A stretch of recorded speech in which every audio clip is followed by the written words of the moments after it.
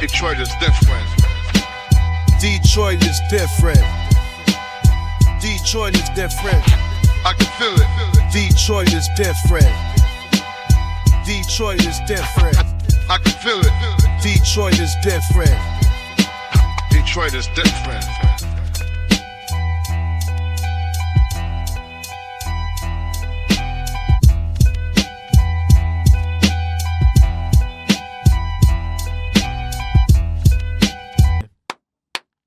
Welcome back to the Detroit is Different podcast studios. And in this journey of doing a lot of different things in and around the city of Detroit, you meet a lot of other people that are shaking and baking different things, definitely touching on a lot of community, a lot of technology, but more so also knowing what from outside resources can become inside resources. And when you pour in a community like that, it definitely is going to call to action to say, let's get more involved. And more involved is definitely taking on some civic responsibilities. So I know the brother that's been in studio for a while now. And right now, his hat is in the ring for taking the leadership of the helm of the city of Detroit. But we're done to talk about the backstory. Like usual, Detroit is different and much more. Jonathan Barlow, how are you today? Hey, my good brother, Kari, how are you doing? My well-being is not even a factor. As long as you're good, I'm good, Kari. Oh, well then, hey, let's stay in the mix then, man. This is a good day. Yes, sir. A good day to see some sunlight in the city. And more so than sunlight, on this side of walking above is before the old folks say, you know what I'm saying? Any day which you ain't 6 feet under is a day in the sun. Yes, you know sir. What I'm saying? Yes, sir. So within going into some of those arcs and everything, let's talk about your family and the ties here to the city of Detroit and the roots in which they come, as we always start. How many generations deep? What brought your people this way to the city? Yeah, so I believe that I sit at a funny intersection of legacy in which my grandfather and my father's side and my mother's side are both from down south. Whereabouts? My mother's side, Montgomery, Alabama, and Louisiana. And then my father's side, kind of scattered around Montgomery, a little Georgia. But my grandfather came up to Detroit in I believe his early 20s. Okay. If I had to put a number to it. I remember him telling me stories about a number of different odd jobs that he did in the community. It almost felt as though the community provided the job. Okay, so this would be your grandfather on your dad's side, Yeah, or my father's father. Okay. And so Joseph Barlow, who later on became Reverend Joseph B. Barlow,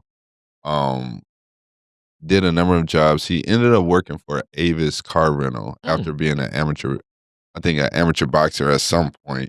And then I've also been told he was a Pinkerton, I believe, one of those police, type of agents that they had maybe between civic and real police force, maybe not a full police officer.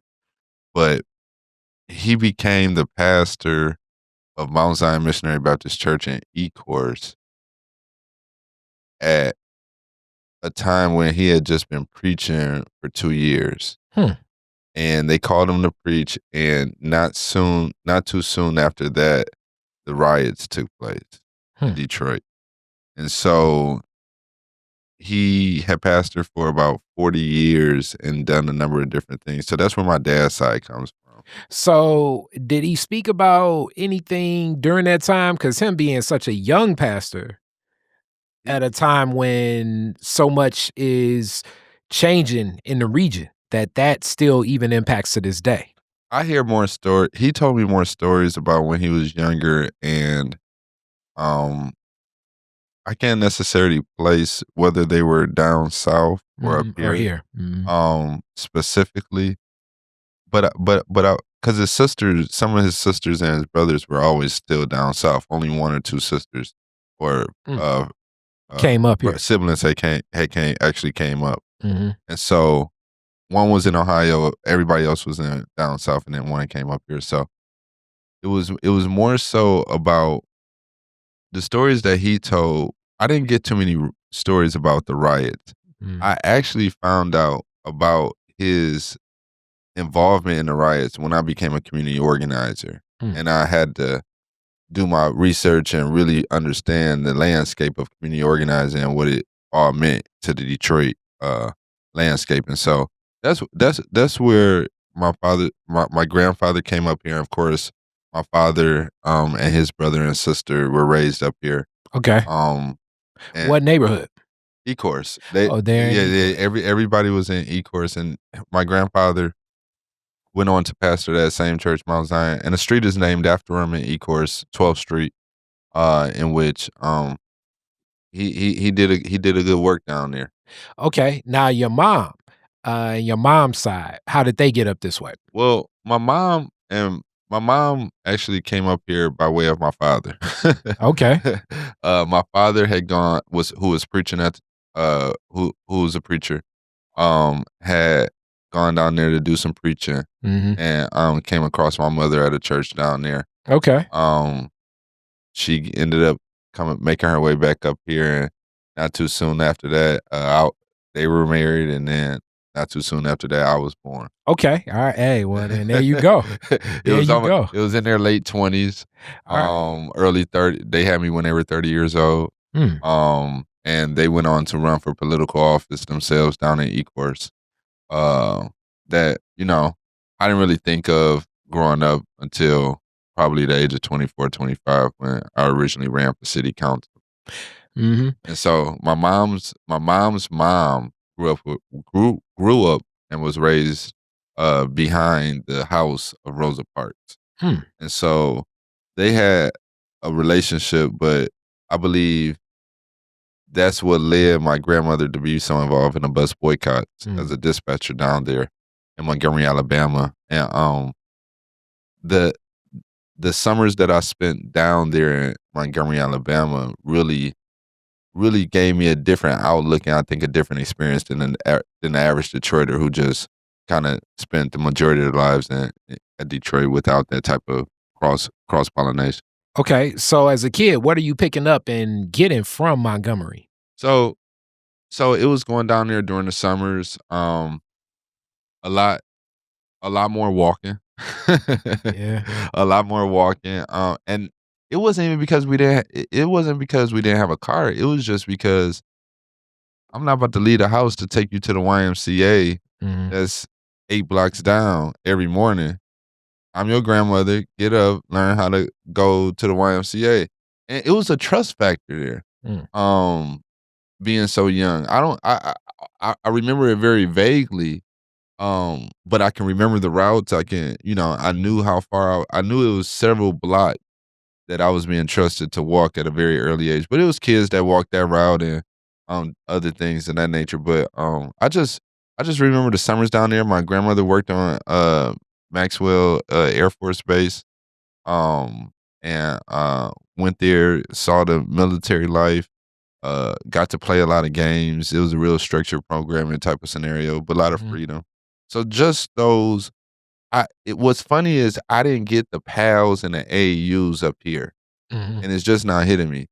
I didn't get those. I didn't get all the early PALs and AAU experience in sports because I Mhm. was down Down there. down south, Mhm. and it's just now hitting me now that I'm older that for me, sports and everything kinda started inside the organized format in school. Okay. All right. So, in that same journey, mom and dad, I know dad is a preacher.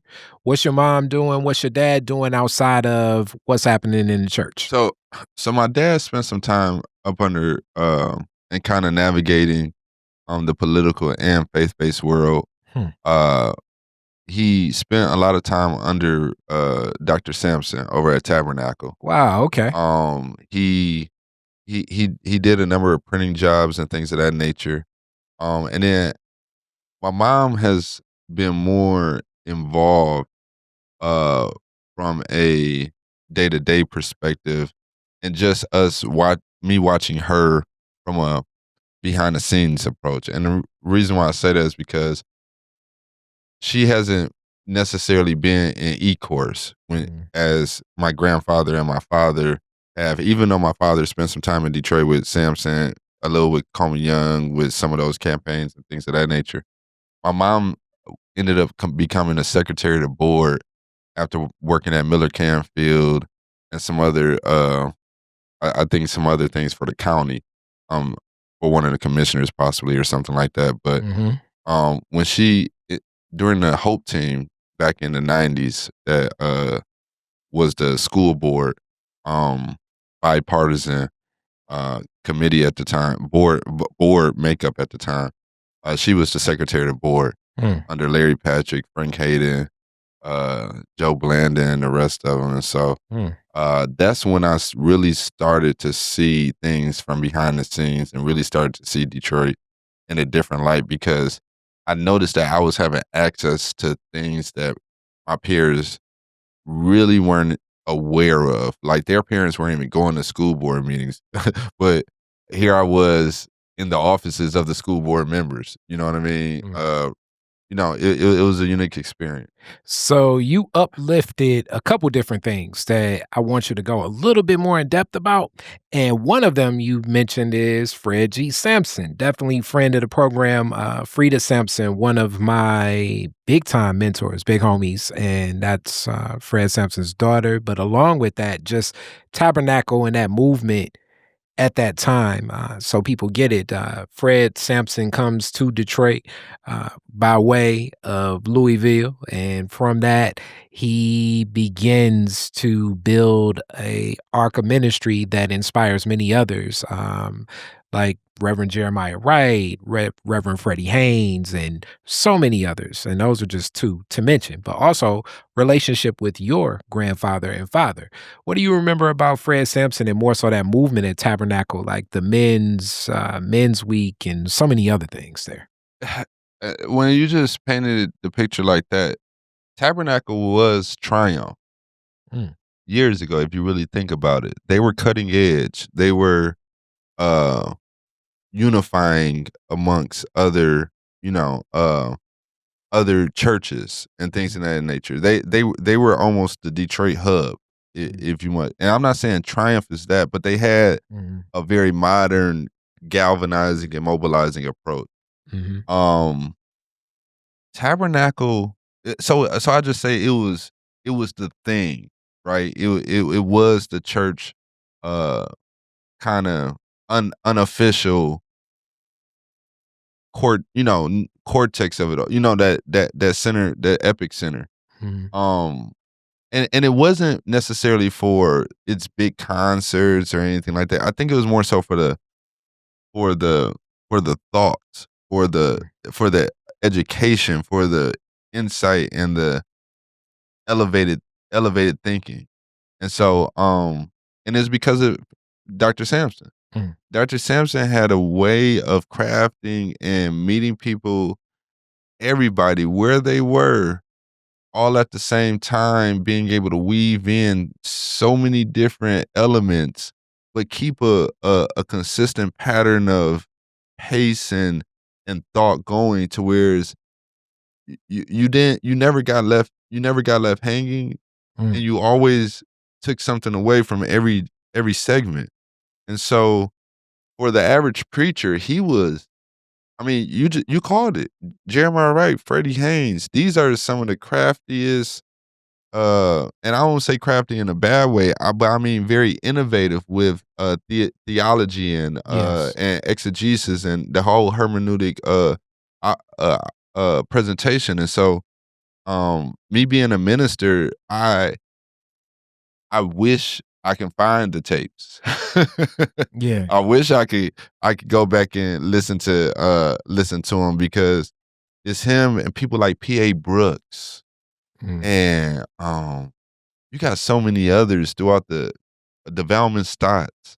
And that's when my grandfather kind of came out the rise with pastors around that era that really were about community, but understood what it takes to get us as a whole to the next level. Okay. All right. So now let's talk about neighborhood. What neighborhood you grow up in? I guess that you remember most furthest back. Yeah, so most furthest back, we were always downriver. We moved, my mom, uh, and my dad, not necessarily staying together the whole time. We pretty much moved every 2 years, Mm, uh, with the intent for my mom to look for a better, bigger house. She always wanted a bigger house. mm, We stayed in some big houses, and I'm like, for me, I was the guy. I'm the one moving me and my sister around, mhm. and my sister, and my mom around. So I'm having to pick up all the stuff every time we move. So I'm tired of it. But Yeah. you ain't got it. I keep minimal stuff now. It has trained me to be a total minimalist Okay. when it in life. But we stayed in downriver on everything from Ethel and Ethel Mm, to one of my Montessori's was I think out in not Melvindale, but in Southgate. mm. I went to several when we counted it up the other day. I went to actually 4 different Montessori's Hmm. before I ended up going to Bates Academy. Okay. So now I definitely have to say just that downriver flair, that culture. What do you remember about the culture of downriver as a child? I don't Downriver is different. If Detroit is different, downriver is definitely different. Hmm. It's a if I it, I I've started to talk about Detroit as having a little piece of all the world's problems, Hmm. being able to kind of just sit here for us to be able to really take a look at it, maybe attack and innovate around, right? Hmm. And I think downriver is even a smaller version Yeah. of what Detroit is, or the region, or what the region is, Yeah. because you have kind of like this micro, not a tri-county area, but a tri-city area. In that you have like a Detroit, um, River Rouge, and Ecorse, but then you have that pocket right there that also borders Melvindale and Lincoln Park and Wyandottes. You know what I mean? So you have a plethora of mixtures going in. So I didn't go to Northland and Eastland all that much. We went to Southgate Mm, because when I went to church on the weekend, or if I had to pick up something, it's easier to go to Southgate than it is for me to go all the way back mhm, towards North and Eastland. So it was slightly different. mhm. Um, my all the politicians and all the leaders in the community went to my grandfather's church. Hmm. My grandfather, I mean, I've been told he was the godfather of downriver, Mm. in the sense that he was the pastor that kind of consulted everybody. And I go to churches every Sunday, based off of my routine right now, and I'm running into pastors that I felt like I met before, but I know I haven't as an adult. But they tell me about stories about him mentoring them and things of that nature. So I know my grandfather had a way larger impact across the state, especially in this Detroit area, Region. more than it did more than just staying as the one to look up to or cons- seek advice from down in Ecorse and downriver, which is still 15, 20 church. Definitely. So now that I get that scope, as you move from downriver, what other neighborhoods you So got? yeah, Palmer Park. Mm. We stayed on Greekdale and Palmer Park. I stayed right down the street from Dutch Girl Donuts. I posted on social media today. I mean the other day that I went to Dutch Girl at late at night. Mhm. And I never, because it hasn't been open. I haven't gone in a while. I was like, when were y'all open so late? Yeah. Maybe my years remembering as a kid just didn't connect the two dots. But Well, it's the running joke. The reason they say cops always eat donuts, like my cousin that was a cop, and I was like, wow, what's the combination? Because the donut shop, just due to the baking, it would has usually to. be open so late and so early. So cops was like, worst case scenario, you can always get coffee and a donut. I can see that. I went past a cop car just today, and he was eating a donut. Hilarious. um, but Yeah, I stayed over there. I went to Bates Academy and Renaissance, and then my mom, of course, was the secretary of board, so the board meetings would travel sometimes.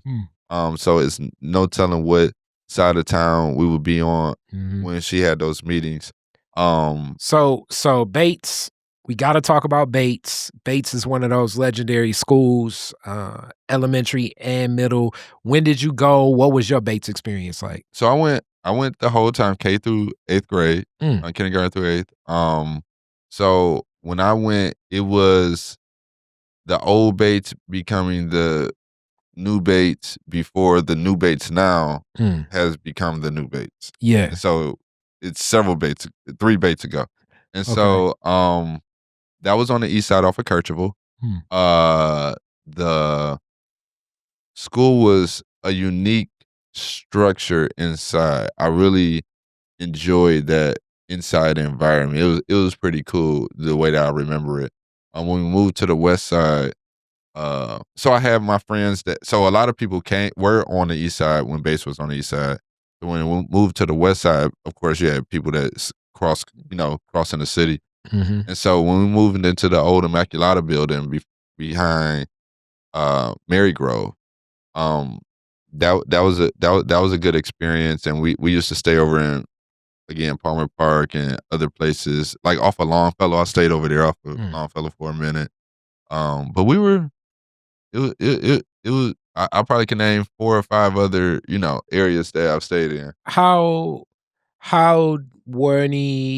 many other students stayed that whole time with you through K through 8? Because I know it's one of those types of institutions. And who were some of the teachers you remember?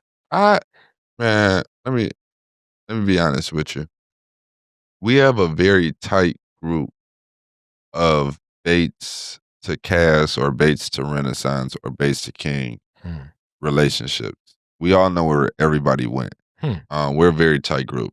We right now have a Facebook group from our Bates group right now that probably has about at least 50 to 75, maybe about 50 to 75. I actually helped start a Bates Academy Alumni Association. I really got to put some more work into it.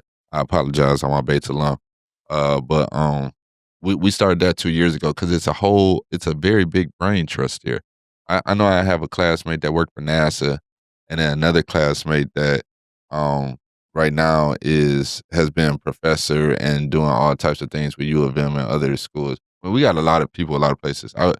The Sabrees, those are type of in the hoods like Nicholas Hood and Eric Sabree's kids. They went there. You have Diara Kilpatrick, who went there. You also have the likes of Rob Beard, sports editor Kevin Tolbert, that went to Bates. And many of the students that went there went the full way through, as you remember too. Yeah. Everybody pretty much went. So when you went, you got in, you were in. Man, you wouldn't leave Bates unless your parents just couldn't get you there, and you just had to go possibly somewhere else. We have very few kids that got kicked out, right? Like if you got, it would maybe been at 1 or 2. It might have been, a few things, but it wasn't. No, most students stayed because of.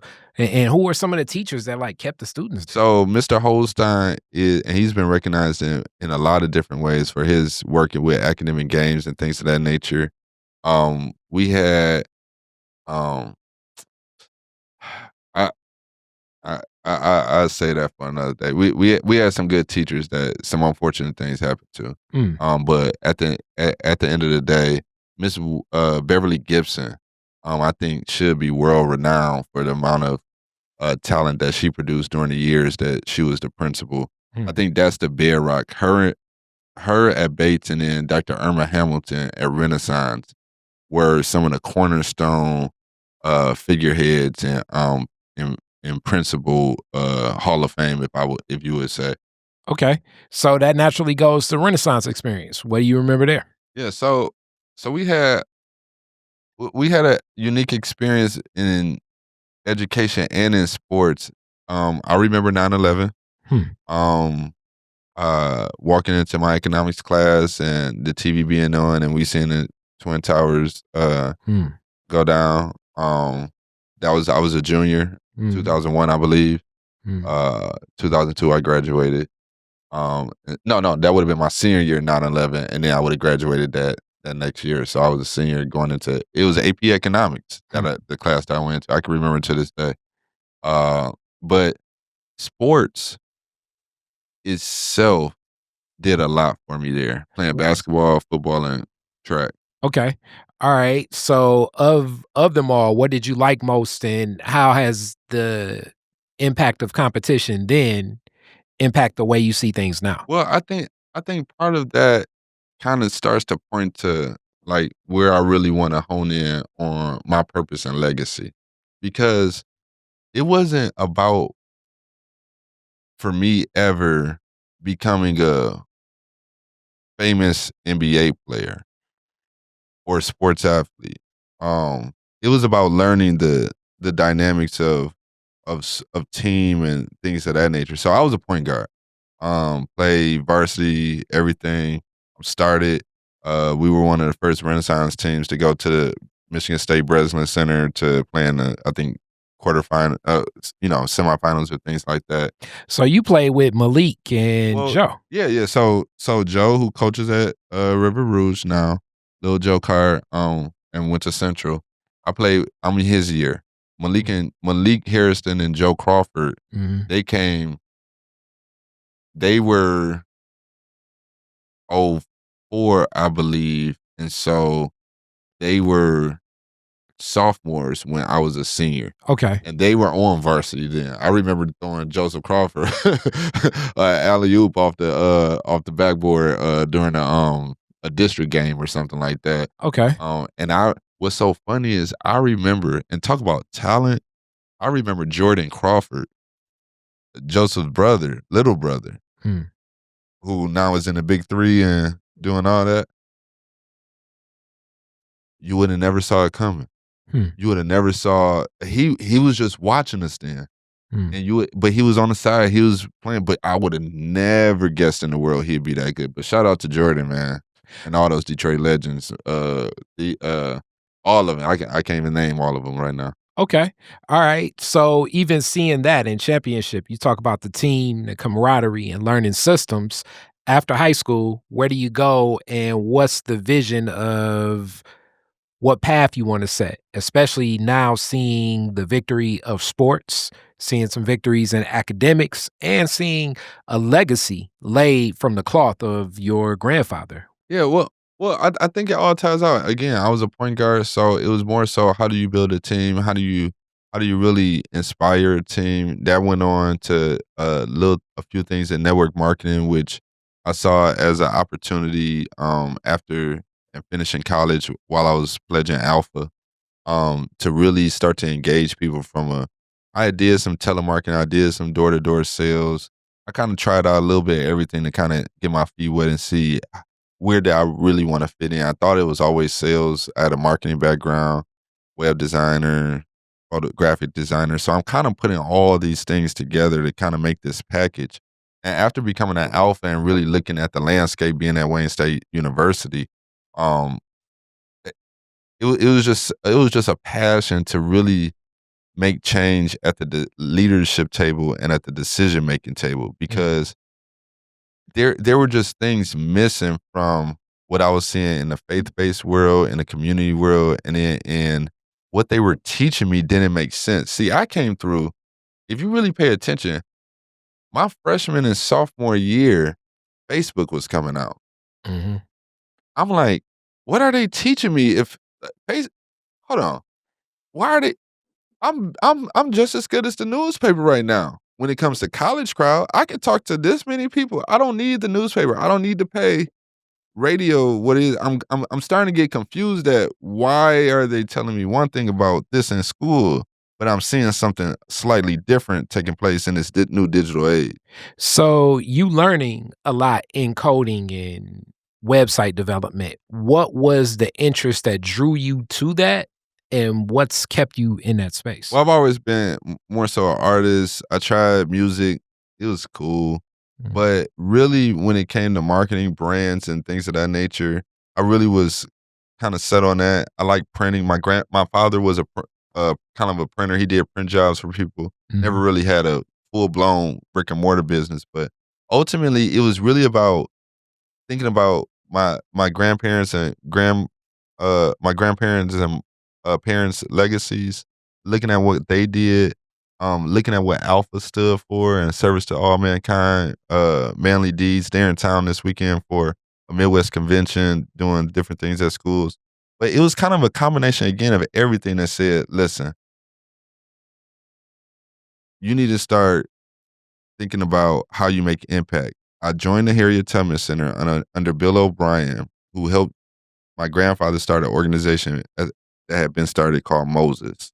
What is that organization and what work did you do? So Harriet Tubman Center at the time, I don't know if it's still around, but Bill O'Brien comes from the Camellia Foundation. And the Camellia Foundation was started by Greg Luzzo. It helped Barack Obama and a number of different trade labor organizations community organize over a number of different issues across the world. But Moses and community organizing and the Harriet Tubman Center were kind of working in sync to create a pipeline of organizers, similar to how you get people like Johnny Turnish now, who started Black Tech Saturdays. Black Tech Saturdays is community organizing around tech and other subject matters. And so that whole experience of getting into that internship apprenticeship program with the Harriet Tubman Center, which some of that work is still being done in Moses. Mm-hmm. That really opened my eyes to where change could happen, how change could happen, getting decision makers to our table rather than running to theirs all the time, and holding them accountable. And so that's kind of why I picked up while having some time at Wayne State, and really thinking about what the next moves were before I ultimately ended up running for city council in 2009. Okay. 2009, you run for council. What was the catalyst and what did you learn in that? That was a great experience. It was the last citywide no district race. After that, we've had districts since. 160 candidates ran, 400 had taken out petition. So we talking about 400 people wanted 9 seats. 160 ended up actually getting on the ballot. And so it was a very, very, very tough race. The only person left right now still serving from that term is James Tate, which tells you that Detroit is very interesting when it comes to politics and who it puts in and who it keeps around, right? And so that was a great experience. I got a chance to meet so many people. I worked with United Way doing some foreclosure work in 2008 before doing that in 2009. During the foreclosure crisis, and kind of using my community organizing skills to kind of start to assert myself into different initiatives and efforts on the grassroots level. So from your work with the United Way at that time, with the foreclosure crisis, what impact did you see that crisis having on Detroit specifically? As I've uplifted oftentimes, my community, it necessarily was not as much of what I think happened to Florida and Phoenix and places like that. It was more so people refinancing a lot of the properties in communities like mine. But what did you witness and what did you pull out during that time? I saw a number of different programs rolled out that weren't getting to the people. That's what opened my eyes to what really needed to change, because what can you share one of those programs that you remember? So, I mean, it was just a whole mortgage assistance things that were going on. Like, you had all these people that needed help. You had people coming out for the help. But really getting people to follow through and really sign up and get to the event was a big hassle. And I saw the connectivity wasn't there from institution to institution.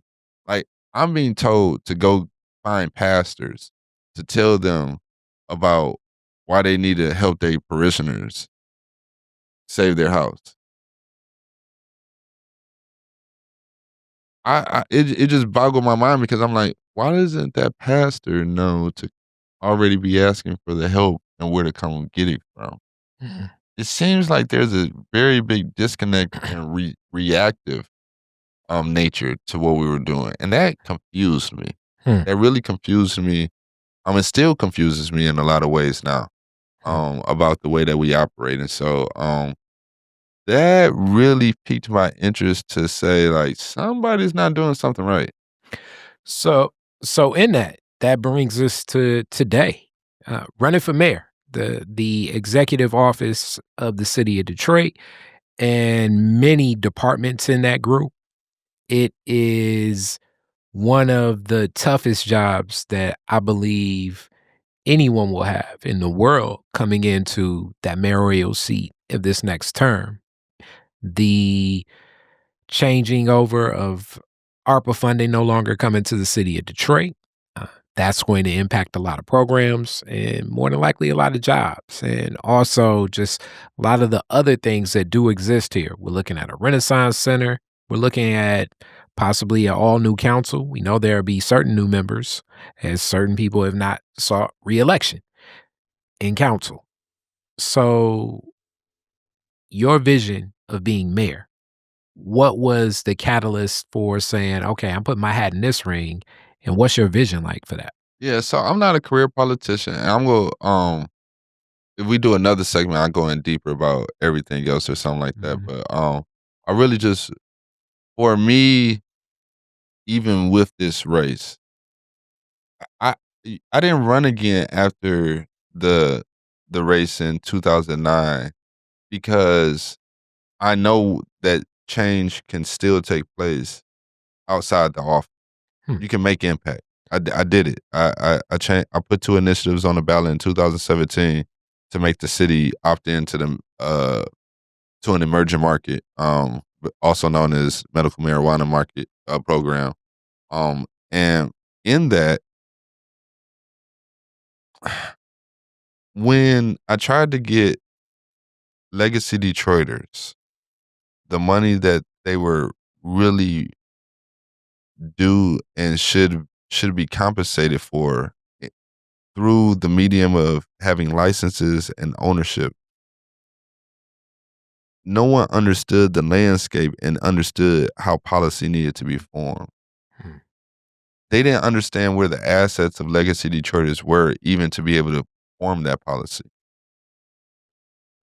And so I've been part of so many different types of those scenarios to whereas I hear plans getting to the level of support, quote unquote, but then getting shut down and then that same plan becoming visible in another scenario. So, you spoke of lifting up 2 actions that made their way to ballot. Explain what you did with that work. How did you go about it, and how did you organize? Well, I think a lot of citizens don't know that anybody can change the law. Mm. Anybody. If you get enough people with you and enough people on your team, you can change the law. You don't need a leader to change the law. Now, there are some laws that you cannot change from the ballot, such as zoning. But I think even for those laws that you can't change from the ballot, there's a way to put them on the ballot to make sure that the leader understands that you wanted this secured and followed through on, even though it might not hold up in court. And so I don't think citizens really understand that all it takes is for you to go down there, make the language that you want to see within whatever document that we reference, whether it's the city charter or whatever ordinance or whatever's on the book, and get other citizens engaged in signing those petitions. Hmm. Take it down to the clerk's office and put it on the ballot. Hmm. From there, everybody votes on it. And if law allows for you to have this law on the books because it fits the framework of the charter and the everything, the Constitution, and everything that we have in place, then it's going to become law. Hmm. Anybody can do it. So, that definitely is true. Organizing still takes strategy. You're 1,000% right, and so you need money behind it. Um, you need resources behind it, depending on what municipality you're in and things of that nature. If you're talking about Detroit, of course, it might take a little bit more because you need a certain majority. I believe it's like 2/3, like 66% or something. I mean, I think it might be a little bit over the majority or something like that. I have to see how many votes that we got. All I know is we won. I'm a winner. Once we win, it doesn't matter. But the the organizing aspect to it really deals with. I'm gonna be honest with you. It really deals with bringing out and informing the people in the most succinct, concise format. And I don't think that a lot of different organizations to understand that. You don't have to give them a whole book.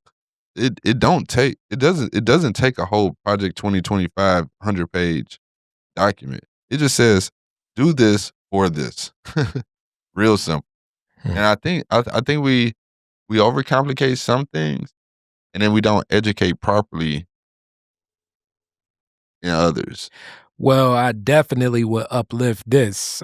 Oftentimes, speaking of ordinances, state laws, or constitutional law, the attorneys start getting involved because it's a lot of legal, uh, mechanical language that needs to be executed. Hence, even if you watch city council meetings and sessions, you're going to hear a lot of reference to Attorney Whitaker, the counselor for city council, and many others to write into action what is written, which oftentimes can be very confusing to citizens. We're not attorneys. So even making that plain, how do you find the allyship with those that are attorneys and in different disciplines that are more experienced with the mechanics of the machine? Yeah, so that's a great question. I kind of answered the before question and this one to kind of close any loops or misunderstandings, right? And so everything comes from stakeholder engagement. When you look at an industry, an emerging industry, or when you look at an issue or initiative, you need to understand who's really at the table and who has the voice, who has the most to lose in this situation. And I think you do best at getting them to the table and partnering with you and understand who your allies are. Every organizing effort is going to take some allies and partnerships. You can't do anything alone these days. And so ultimately, I I I think the path what we're working on is a number of different things that we're rolling out from a national landscape in order to kind of continue the work that we did in 2017, but for other emerging industries. We're kind of using cryptocurrency as a format to how we introduce advocacy as a community effort amongst stakeholders. And I think that can happen at a local level as well. And that's kind of what has been going on for different efforts. I think the legal aspect is very key to that. And the stakeholders end up having to cough up and invest early on into those dollars, expecting a return on their investment from the different business aspects. But that's just lobbying, right? Mm. That's just, w- we as minorities don't lobby like other communities. Um, us as African Americans definitely don't really grasp a hold to the concept of lobbying, and I think that's why we always suffer with why our vote.